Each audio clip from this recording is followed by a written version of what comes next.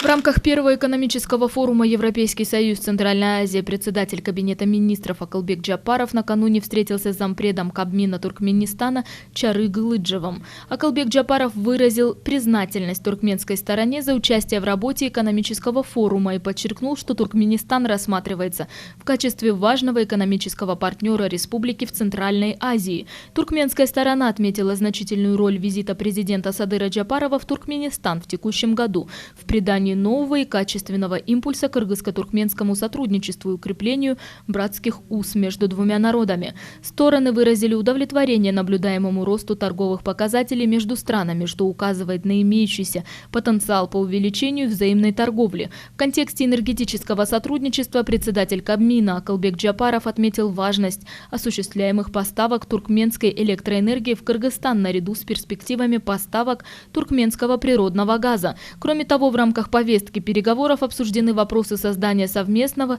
кыргызско-туркменского фонда, а также взаимодействия в транспортно-логистической и культурно-гуманитарной областях.